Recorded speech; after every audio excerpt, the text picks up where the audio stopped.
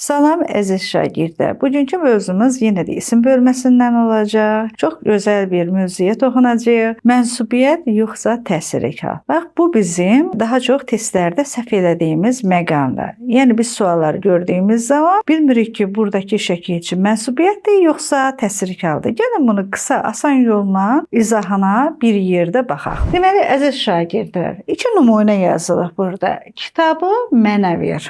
Nəyi mənə ver? Kitabı mənə ver. Sual veririk. Nəyi? Nəyə sualı hardadır? Təsriki haldadır. İndi gəlin baxaq. Kitabı bizdə qalıb. Nə bizdə qalıb? Demirik ki, nəyi bizdə qalır. Deyirik ki, nə bizdə qalıb. Daha rahat bunu bilmək üçün isə qarşısına biz bilirik ki, mənsubiyyət şəkilçili söz öz əvvəlində yerlik hallı söz tələb edir. Bunun da ən rahat yolu öz əvəzliyidir. Özü də qoya bilərsiniz və kitabı sözü üçüncü şəxsin təkində olduğu üçün onun da əvəzliyini qoya bilərik. Gəlin baxaq, onun kitabı bizdə qalıb və yaxud da daha rahat yolu öz kitabı bizdə qalıb. Bu qədər sadə və rahat. Burada artıq çaşılmalı heç nə qalmır. Öz kitabı bizdə qalır. Bu mənsubiyyət. Öz kitabı bizdə qaldı. Nə qaldı? Öz kitabı. Əziz şagirdlərimiz, gördüyünüz kimi Azərbaycan dilini öyrənmək elə də qorxulu deyil. Səhifəni bəyənməyi, paylaşmağı və rəy bölməsində öz fikirlərinizi yazmağı unutmayın.